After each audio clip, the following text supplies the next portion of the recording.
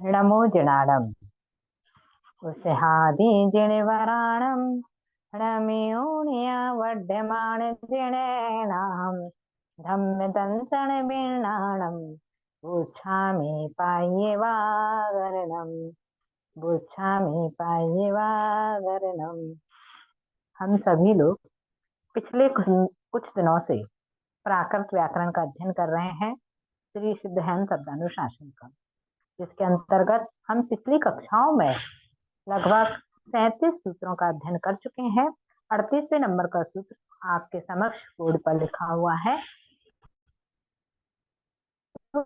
सूत्र है निष्प्रति ओतपरि माल्य स्थोरवा। पुनः उच्चारण करेंगे, निष्प्रति ओतपरि माल्य स्थोरवा।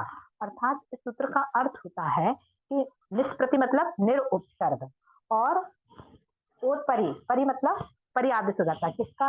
निष्प्रति, प्रति के स्थान पर परि आदेश हो जाता है और निर के स्थान पर ओ मतलब ओ आदेश हो जाता है। इसमें दो उपसर्ग दिए हैं, निर और प्रति। तो निर के स्थान पर ओ आदेश हो जाता है और प्रति के स्थान पर परि आदेश हो जाता है। यानी ये दो काम करता है ये सूत्र। यहाँ लिख दिया है हमने, निर का ओ आदेश और प्रति का परि आदेश हो जाता है। तो उदाहरण देखेंगे हम। सबसे पहले निर उपसर्ग का उदाहरण देखेंगे, निर्माल्यम। निर्माल्यम, इसकी प्राकृत बनेगी ओमालम। ये ओमालम तो बनेगी 38 नंबर के सूत्र से, और यदि इस 38 नंबर के सूत्र का हम प्रयोग ना करें तो निम्मल्लम, ये प्राकृत भी इसकी प्राप्त होती है। इसको कैसे बनाएंगे? अंत में माँ है, अर्थात 3/25 नंबर का सूत्र जिसमें नपुंसक लिंग का सी प्रत्यय लगाएंगे और माँ की प्राप्ति होगी, और 1/23 नंबर के सूत्र से माँ का अनुस्वार कर दिया जाएगा। तो ये हो गया निर्माल्यम, अनुस्वार कर दिया। फिर ये संयुक्त व्यंजन है ला और या, इसमें से या को लोप किया अधोमनयाम सूत्र से और इसका ला का लोप किया, तो यहाँ बचा ला। इसका आ स्वर ला में ही जुड़ जाएगा तो ला पूरा हो जाएगा, तो निर्मालम। अब यहाँ निर उपसर्ग है और मालम शब्द है, जैसा कि यहाँ लिखा था माल्य स्थोरवा, यानी माल्य शब्द किसके साथ? निर के साथ में, निर उपसर्ग के साथ में। और स्थोरवा मतलब स्था, स्था धातु किसके साथ में? प्रति के साथ में आएगी, तब होगा निर का ओ, प्रति का परि, व यानी विकल्प से। अर्थात यहाँ माल्य शब्द लगाया था तो माल का माल अर्थात रेफ और ये नी, ये दोनों मिला के निर उपसर्ग था। तो निर उपसर्ग का पूरापन क्या करेंगे?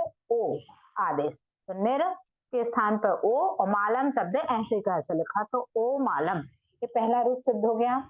अब दूसरा रूप सिद्ध करने के लिए इस 38 नंबर के सूत्र का प्रयोग नहीं किया जाएगा। तो जैसे अपन सिद्ध करते वैसे करेंगे, यानी यहाँ ये 3/25 1/23 से अपन ने अनुसार कर दिया था। इसके बाद फिर अपन ने यहाँ लिखा, अर्थात जो रेफ थी इसका लोप करेंगे और यहाँ ला का सबसे पहले द्वित्व किया है। क्यों किया है द्वित्व? क्योंकि इस शब्द में द्वित्व होगा, लेकिन किस सूत्र से होगा? जो 2/89 नंबर का सूत्र से, उससे इसका लोप नहीं होगा। अनादर शेषा देशो द्वितीयम से इसका लोप नहीं होगा। क्यों नहीं होगा? इसका कारण ये है क्योंकि यहाँ तो उसी से द्वित्व किया, लेकिन यहाँ जो अनुस्वार बनाया है ये अपन ने उससे बनाया है, किससे? मनुस्वारा से अनुस्वार बनाया, अर्थात इस पर जो आदेश किया अनुस्वार का, इस कारण से ला का यहाँ द्वित्व किया, ला द्वित्व किया और माँ भी द्वित्व किया इस सूत्र से, लेकिन सबसे लास्ट में किया जाएगा। सबसे पहले यहाँ रेफ हटाई, 2/79 नंबर का सूत्र यानी सर्वत्र लवराम रूपे, इस सूत्र से रा का लोप किया तो रा यहाँ पर लोप कर दिया। तो जो माँ था ये दीर्घ था, इस दीर्घ माँ का भी ये संयोग से पहले आ रहा है, अर्थात दीर्घ माँ का ह्रस्व करने के लिए 1/84 नंबर का सूत्र किया, आका आ कर दिया है ना। और यहाँ रेख भी लोप हो गया, ला भी दुप्त हो गया, माँ भी ह्रस्व हो गया, लेकिन अभी माँ भी हमें दुप्त चाहिए, क्योंकि रेफ का लोप हुआ तो शेष माँ बचा है, उसका दुप्त करने के लिए वही 2/89 नंबर का सूत्र लगाया है, माँ का भी दुप्त किया, मल्लम, ये रूप प्राकृत का हमें प्राप्त होता है। इस प्रकार से निरुपसर्ग के साथ उदाहरण देखा। अगला उदाहरण प्रति उपसर्ग के साथ में है, स्था धातु का। स्था धातु मतलब स्था का ही संस्कृत में तिष्ठ हो जाता है, तो प्रतिष्ठा शब्द जो है प्रा उसमें उपसर्ग लगा है और स्था साथ ही इसमें वो लगा है उपसर्ग और स्था अर्थात वो स्था धातु का स्था हुआ है। यहाँ इसको अपन चेंज करेंगे प्राकृत में। सबसे पहले यहाँ जो संयुक्त व्यंजन है उसको चेंज किया जाएगा, अर्थात जो मूर्धन शाह है इसका लोप किया। किस सूत्र से? 2/77 नंबर के सूत्र से शाह का लोप किया, अर्थात यहाँ बचा ठा। ठीक है, एक साथ लिख दिया ये प्रतिष्ठा। ये दो रूप लिखे हैं इसके। प्रतिष्ठा को परिष्ठा भी बन सकता है। परिष्ठा बनेगा ये 38 नंबर के सूत्र का प्रयोग करके, और यदि इसका प्रयोग ना किया जाए तो पैठा। ये दो रूप प्राप्त होंगे, इसलिए ये लिखे हुए हैं। तो यहाँ ठा के शा का लोप कह दे, ठा बचा। फिर उसके बाद में जो शेष बचता है उसको द्वित्व करते हैं। तो ठा का द्वित्व किया 2/89 नंबर से, जिससे द्वित्व करेंगे तो ठा जो है वो टवर का द्वितीय व्यंजन है, अर्थात संयुक्त अपने से पहले वाले के साथ यानी टा के साथ बनाएगा। तो 2/90 नंबर द्वितीय तुर्य रूपरी पूर्वहा, उस सूत्र से ठा के पहले वाले ठा के स्थान पर टा कर देंगे। यहाँ दो ठा आएंगे, दो ठा में से संयुक्त करने के बाद एक ठा के स्थान पर टा हो जाएगा।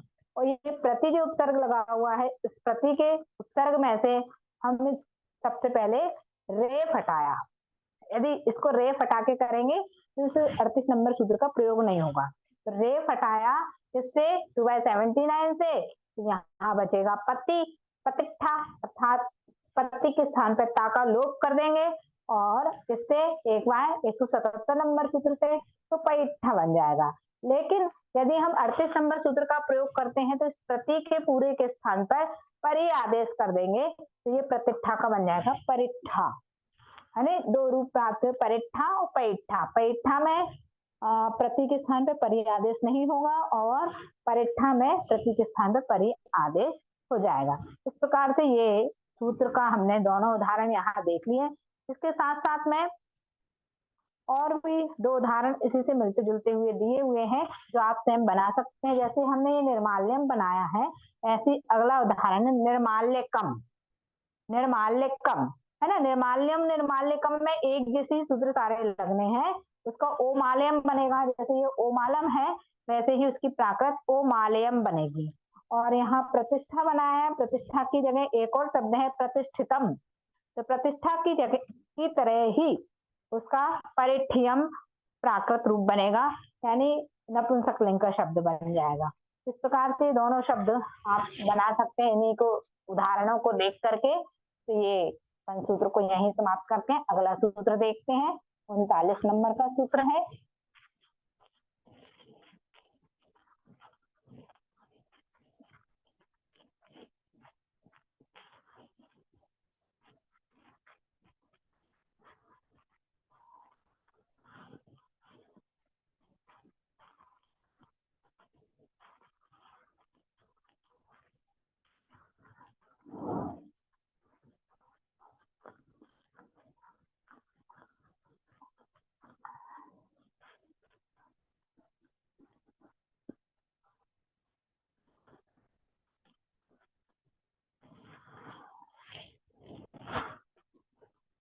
अगला है सूत्र नंबर 39। और सूत्र नंबर 39 बहुत छोटा सूत्र है, आदेश।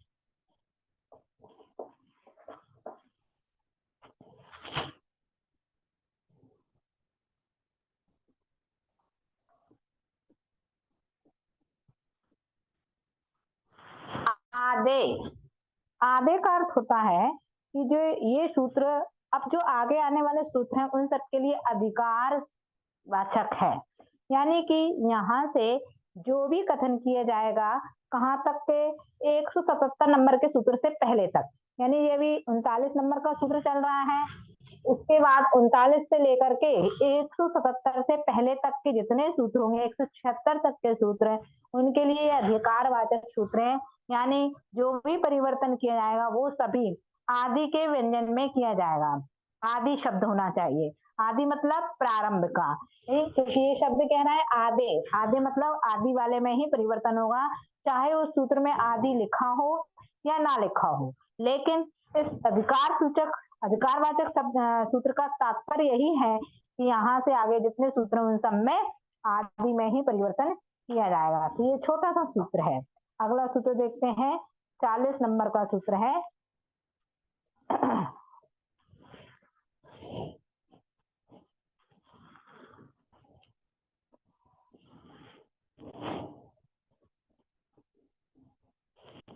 तेदाद्य व्ययात तत्स्वरस्य लुक्।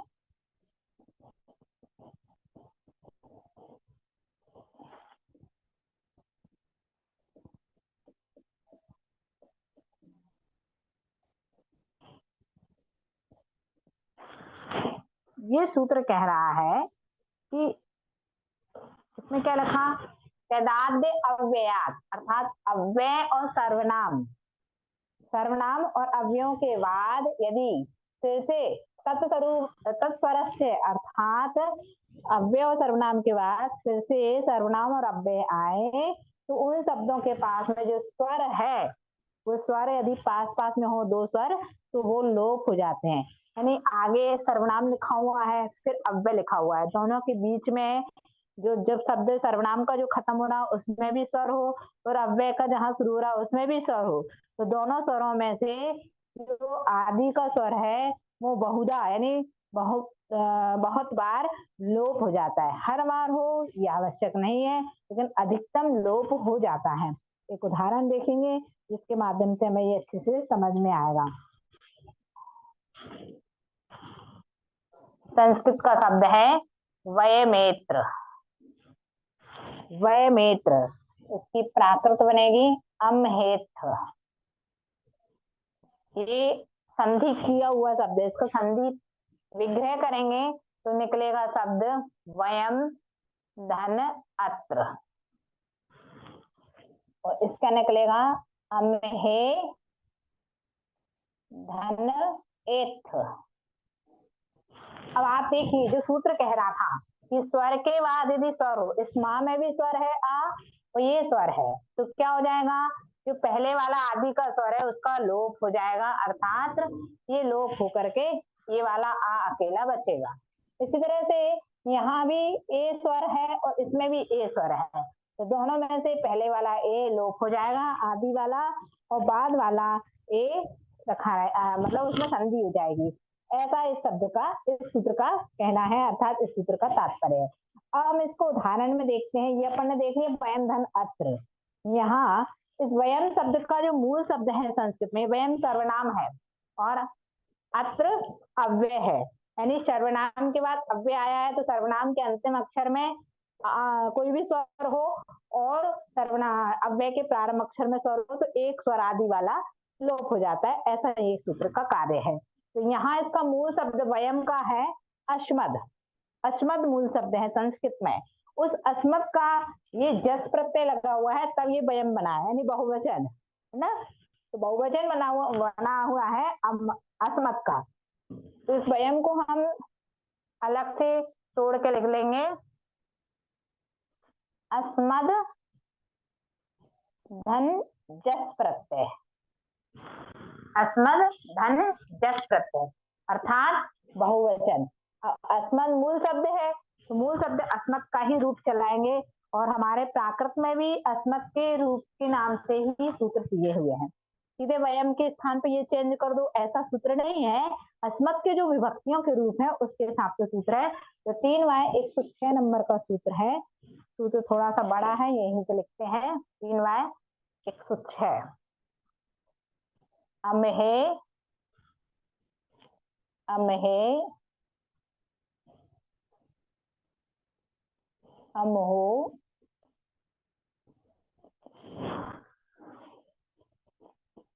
मो वयम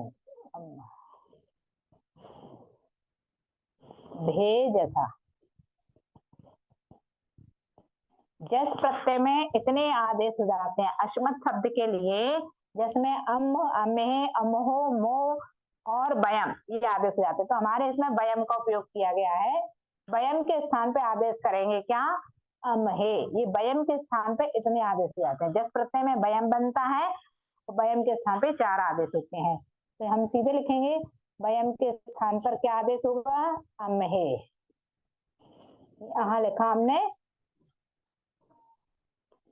अम है, ये सीधे जस प्रत्यय निकाल करके ही बना रहे हैं, क्योंकि जस प्रत्यय ही है, वयम का जस प्रत्यय अमहे है, ये अमे आ गया। उसके बाद प्लस अत्र, अत्र लिखा हुआ है ऊपर, तो अत्र के स्थान पे क्या करेंगे, क्योंकि अत्र जो है वो अव्यय है, तो इसके लिए भी एक सूत्र है, 1/57 नंबर का सूत्र, ए छैया दौ,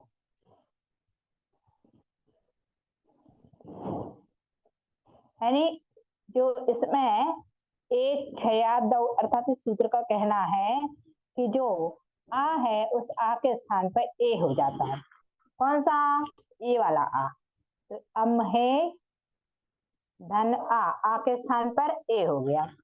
अब त्रा, त्रा के स्थान पर 2/161 161, त्रपो ही हत्था, त्रपो ही हत्था, यानी त्रा के स्थान पर क्या आदेश हो जाता है? तौर था। ठीक है, ये संयुक्त अक्षर है त्रा, त्रा के स्थान पर हमेशा तौर था आदेश हो जाता है, इसलिए यहाँ लिख देंगे एट। अब आप देख रहे हैं इसमें भी ए स्वर है, इसमें भी ए स्वर है, तो दोनों में से एक ए लोप हो जाएगा सूत्र नंबर 40 से। 40 से क्या हो गया?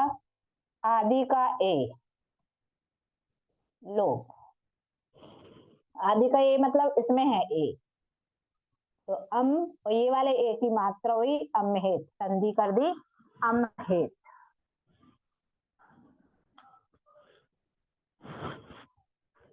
ये मत समझना कि हमें तो पूरा लिखा हुआ है, इस ए को लोप कर दिया और ता और था इसमें जोड़ दिया, नहीं, सूत्र के अनुसार पहले वाला आदि का अपन को ए लोप करना है, और अंत में जो ता और था जुड़ा है वो एथ लिखा हुआ है उसकी संधि हुई है।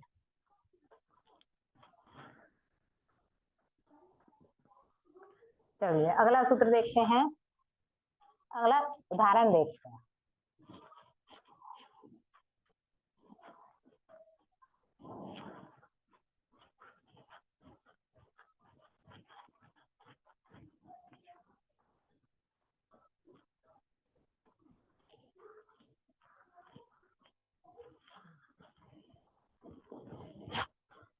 अगला उदाहरण है, यदि यम,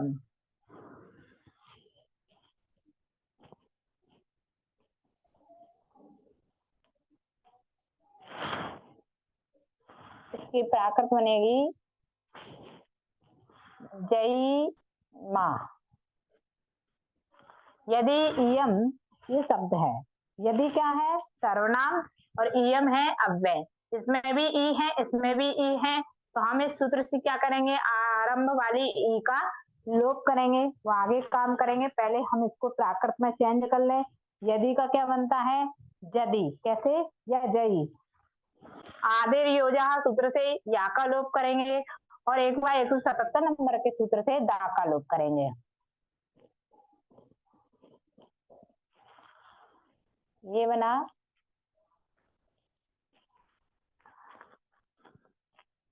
1/245 नंबर का सूत्र है, आदेर योजहा, यानी आदि का या होता है उसका जा आदेश हो जाता है, तो यहाँ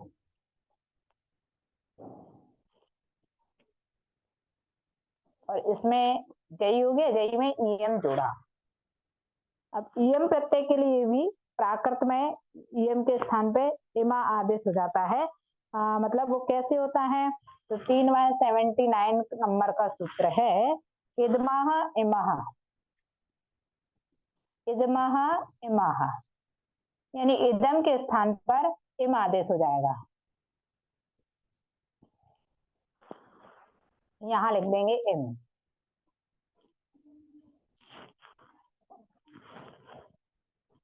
अब आपको पता है दोनों ई स्वर हैं, तो सूत्र नंबर 40 से 1/40 से क्या किया हमने? प्रारंभ वाला ई लोप, तो इसकी संधि कर दी जई माँ, अब यहाँ हमारा माँ ह्रस्व आ रहा है ना, लेकिन स्त्रीलिंग प्रत्यय है ये इमा, इसलिए इम के स्थान पर यहाँ इमा आदेश होगा। स्त्रीलिंग का है इसलिए वो इम के स्थान पे इम ही रहेगा अभी, लेकिन वो 2 बाय 4 बाय 18 नंबर का जो सूत्र है आत, इससे स्त्रीलिंग प्रत्यय कैसा हो जाता है, दीर्घ आकारांत, इसलिए ये हो गया जयिमा। ठीक है,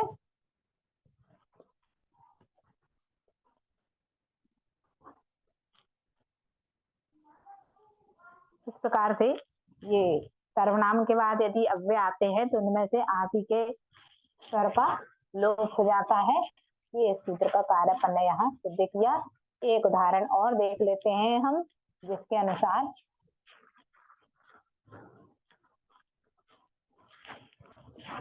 उदाहरण है यदि और अहम। यदि अहम,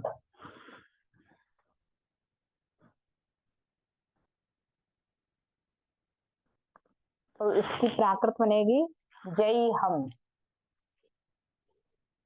यदि का भी बनाया अपन ने जय, वैसे ही बनेगा धन। अहम मोनुस्वार है, माँ का अनुस्वार कर दिया, और इसमें ई और आ दोनों अलग अलग स्वर है। अभी तक जो उदाहरण थे उनमें समान समान स्वर थे, जिससे ऐसा भी लग रहा था कि ये शब्द ऐसे तो ऐसा लिखा रहने दिया और इसके स्वर का लोप कर दिया, लेकिन यहाँ अलग अलग स्वर है, यानी यहाँ प्रारंभ वाले स्वर का लोप करेंगे, ई का लोप करेंगे और आ इसमें जुड़ जाएगा। ये क्या बनेगा, जय हम। 40 से ई का लोप करेंगे, ठीक है ना। इस प्रकार ये शब्द हुआ।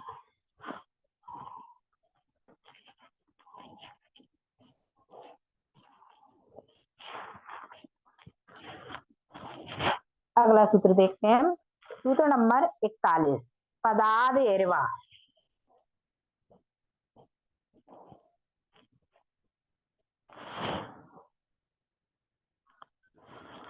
पदाद पेरवा।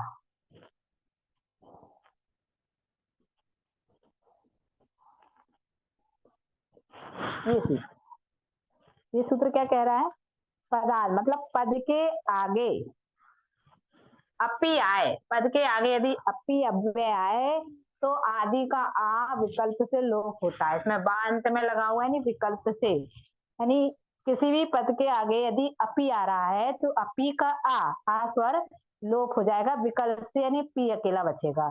जैसे उदाहरण दिए, तम अपी, तम अपी, तो इसकी प्राकृत बनेगी तम पी। तमपी, या इस सूत्र का प्रयोग यदि नहीं किया जाएगा तो तमपी, ऐसा। ये आ का इसमें पूरा आ हो गया, संधि हो जाएगी, तो ये तमपी ऐसा बनेगा। और यदि यहाँ सिर्फ 1/23 से मनुस्वार से अपन ने माँ का अनुस्वार कर दिया और इस आ का 40 नंबर के सूत्र से आलोप कर दिया, तो क्या बन गया, ये तमपी।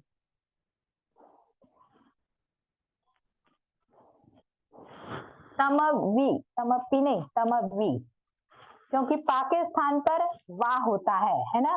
1/231 नंबर के सूत्र से पा का वाह, तो इससे अपी का हम बना लेंगे अभी, और इस अभी को जोड़ेंगे तो तम अभी, ठीक है, बन सकता है। इसी तरह से किम अपी, तो किम अपी का भी किम अभी या किमपी दोनों बन सकता है। एक और उदाहरण देखते हैं, केन अपी। केन अपी, इसका प्राकृत बनेगी केणवी। केणवी या केणावी, दो रूप बनेंगे। केन के स्थान पे जो ना है उसका नूढ़ से हड़ा हो जाएगा, 1/228 से ना का हड़ा किया, यहाँ बन गया केण धन। पाकिस्तान पे इसी सूत्र से वाह कर दिया, अभी इसको जोड़ा तो क्या बना, केणवी। केणवी है ना।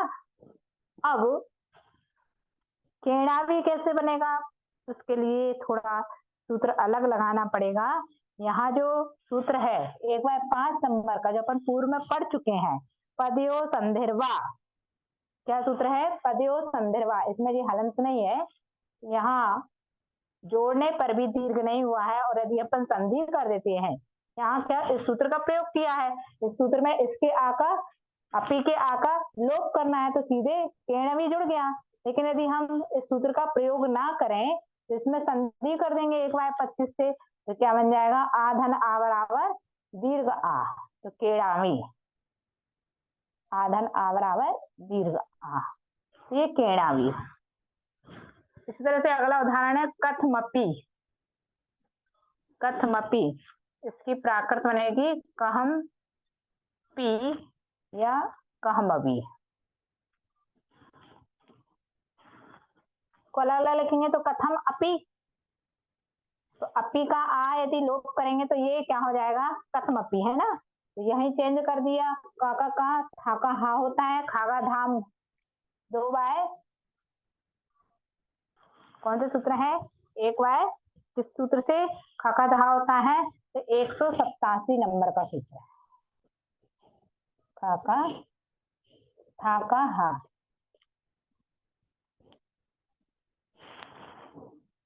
माँ वा के पी के स्थान को वा से वाह, कहम अभी, ये तो पहला रूप हो गया, दूसरा रूप हो गया। अब यदि हम इसको अलग अलग लिख दें, मोनुस्वार से माँ का, इसको पहले तोड़ दें, कहम धन अभी, मोनुस्वार से इसको कब कर दिया? अनुस्वार, और अभी से आका लोप किया, तो बचा वी। तो यहाँ पोका वा पाका वा नहीं किया है, पा ही लिखा रहने दिया, तो कहम पी, दोनों रूप प्राप्त होते हैं। इस प्रकार से इसके उदाहरण कंप्लीट हुए। अगला सूत्र देखते हैं।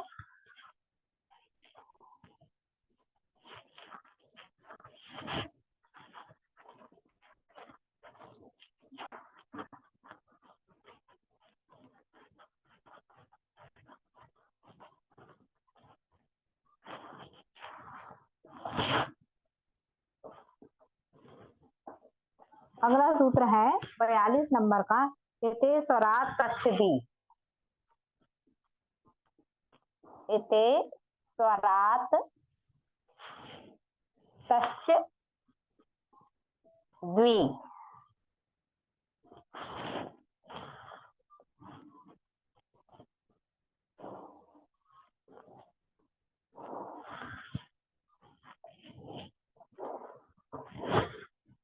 ये सूत्र क्या कह रहा है? यदि इति अव्यय आए, अभी अपी अव्यय का सूत्र चल रहा था 41 नंबर का, यहाँ यदि इति आए तो इति में से ई का लोप हो जाता है। यदि पद के आगे इति आए तो उस ई का लोप हो जाता है, और यदि ई लोप होने पर जो ती बचता है तो वह भी पूर्व पद के अंत में स्वर हो तो ती का वहां दित्त हो जाता है। दो काम इस सूत्र ने किए हैं। पहला तो ई का लोप, ई का लोप, ठीक है। और दूसरा काम, जब टी का लोप कर दिया अपन ने, ई का लोप कर दिया, जो ती बचा है तो ती का दुत्त हो जाएगा, ऐसा हो जाएगा, डबल ता, यानी ता दुत्त हो जाएगा। और यदि अव्यय यदि वाक्य के आदि में आए तो ई का लोप नहीं होता। यदि इति सबसे पहले आए आदि में तो लोप नहीं होगा, लेकिन जब इति किसी पद के आगे आए, क्योंकि इति स्वरात कष्ट दी, स्वरात लिखा है ना, मतलब स्वर के बाद में, अर्थात आगे कोई पद होगा तो उसका स्वर निकलेगा, तो स्वर के बाद में जब इति आए तो वह द्विता का द्वित्व हो जाता है या ई का लोप हो जाता है। तो ऐसे हम उदाहरण देखेंगे, जैसे किम इति। किम इति, यहाँ देखिए, माँ में किम इति, किम क्या है? अव्यय है, इति अव्यय है, और किम सर्वनाम है। तो किम के बाद में इति आ रहा, अर्थात इसकी प्राकृत बनेगी किम ती। इस सूत्र से 42 नंबर के सूत्र से ई का लोप कर देंगे और इसका मोनुस्वार से माँ का अनुस्वार कर देंगे। 1/23 से माँ का अनुस्वार, ये बन गया किम, और 1/42 से ई लोप, ये लिखा, तो यहाँ बचा टी। किमती। इसी तरह से अगला उदाहरण है यत इति। यत इति, यहाँ भी स्था का लोप कर देंगे यत का, और उसके स्थान पे क्या हो जाएगा, अनुस्वार। कौन से सूत्र से, 1/24 नंबर के सूत्र से, वा स्वरे मश्च। वा स्वरे मश्च। इससे इस सूत्र में कहा था कि जो अंतिम व्यंजन आए उसका अनुस्वार होता है विकल्प से, तो जो ता व्यंजन है इस ता का यहाँ अनुस्वार किया है। अंतिम यदि हलंत वाला व्यंजन हो, ये बना यम, और 1/42 नंबर से इसका ई लोप किया, यहाँ बच गया टी। और या का क्या होता है, जा। आदिर योजा सूत्र से या का कर दिया जा, तो ये बन गया जम ती। अलग अलग हैं दोनों चीज।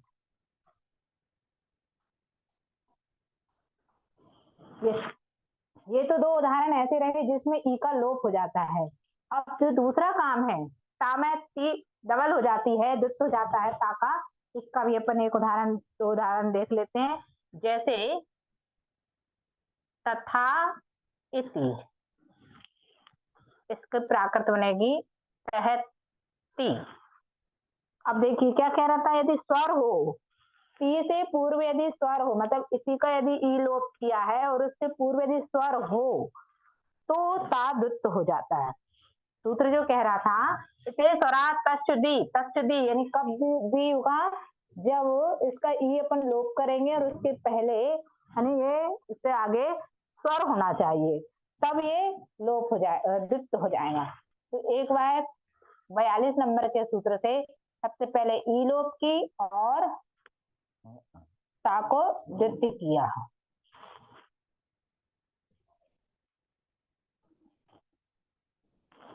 ठीक है। अब था का क्या होता है, हाँ। सूत्र नंबर 1/187 से था का हा, यहाँ कर दिया तहाती।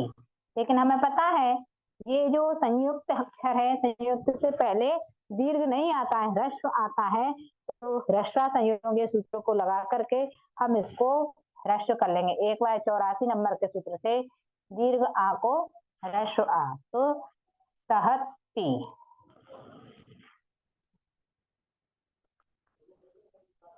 इसी तरह से एक उदाहरण और देख लेते हैं अपन, पुरुष झग इति। झग इति, इसका प्राकृत बनेगा झत्ती। यहाँ जो अंतिम व्यंजन है गा, इस गा का अंत व्यंजन से, तो सूत्र से गा का लोप कर दिया, तो बचा झा।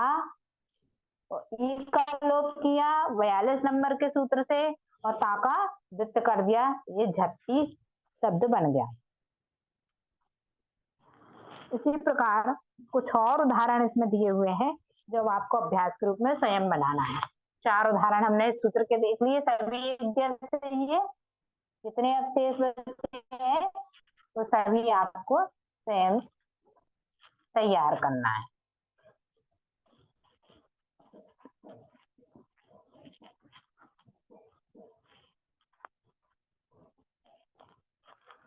अगला सूत्र देखते हैं, सूत्र नंबर 43।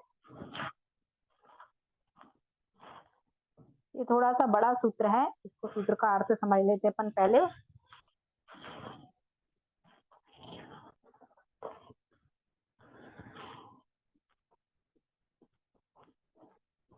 लुप्त या रा वा शा शा शाम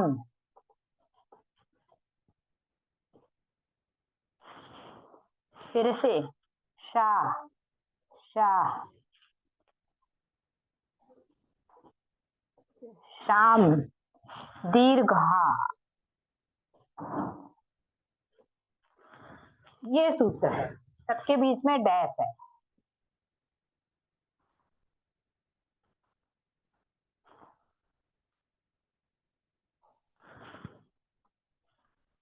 यहाँ इतने सारे व्यंजन लिखे हुए हैं। यारा वा शा शा शाम श श शाम दीर्घहा, इनका लोप होता है कब? जब यारावा सामने लिखे हों, किसके? ये तीनों शा के, तीनों सा से पहले जब यारावा ये तीन व्यंजनों में से कोई भी व्यंजन हो तो इनका लोप हो जाता है। ठीक है, इतना अपन को याद रखना है। तो अब एक एक के उदाहरण देखेंगे अपन, बहुत सारे उदाहरण इसको अपन को समझ में आएंगे। सबसे पहले या व्यंजन के देखें। या व्यंजन पहले हो उसका ये वाला सा हो, फिर या व्यंजन पहले हो उसका ये वाला सा हो, फिर ये वाला सा, ऐसे तीनों सा के साथ में या का, फिर रा का, फिर वा का, ऐसे करके बहुत सारे उदाहरण हम सामने आएंगे। सबसे पहला उदाहरण है पश्यति। पश्यति, इसकी प्राकृत बनेगी पासई। यहाँ देखिए, या के पहले शा है, यानी या बाद में है, शा पहले है, अर्थात ये संयुक्त व्यंजन में ये शा है, तो इसके स्थान पे क्या हो जाता है? लोप। किसका लोप होगा?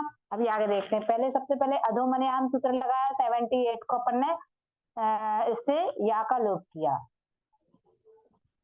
या का लोप किया, तो ये बचा पशति। शशो सा से हमने शा का दंत सा कर दिया, ये बचा पशति। ता में से लोप के ताका तो ई शेष बचा, एक बाय 177 नंबर के सूत्र से ये बचा पसई। अब यहाँ दीर्घ हो जाता है, तो क्या दीर्घ होता है? इस सूत्र का उपयोग करेंगे 1 बाय 43 नंबर का, यानी उससे पहले जो स्वर था वो उसका स्वर दीर्घ हो जाता है। तो शा से पहले स्वर है, शब्द है, व्यंजन है पा, उसमें आ है, उसका आ दीर्घ हो जाएगा, ये बन जाएगा पा सही। पश्यति का पा सही। यहाँ टी के स्थान पर ई निकालने के लिए 3 बाय 139 नंबर का सूत्र भी लगा सकते हैं, जिससे वर्तमान काल का प्रथम पुरुष का एक वचन का प्रत्यय, प्रथम पुरुष एक वचन का प्रत्यय ती आता है, उस ती के स्थान पर ई आदेश हो जाता है, पश्य धातु है और ती उसमें लगा करके पश्यति बन सकता था।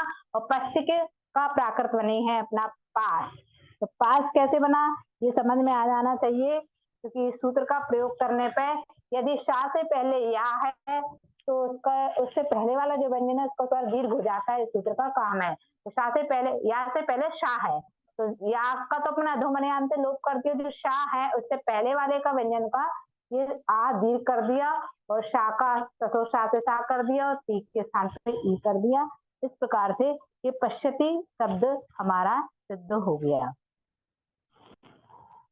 और भी कई उदाहरण है, जैसे कश्यप, कश्यप का कास्त्रो बनेगा, ये हम आगे की कक्षा में देखेंगे, आप बनाने का अभ्यास कर सकते हैं।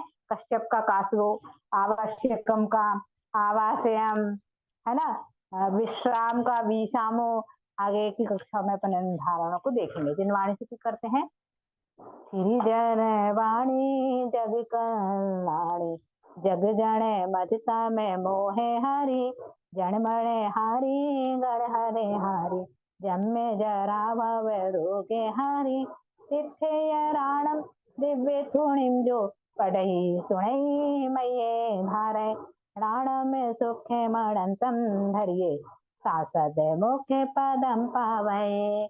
नमो जनाणम।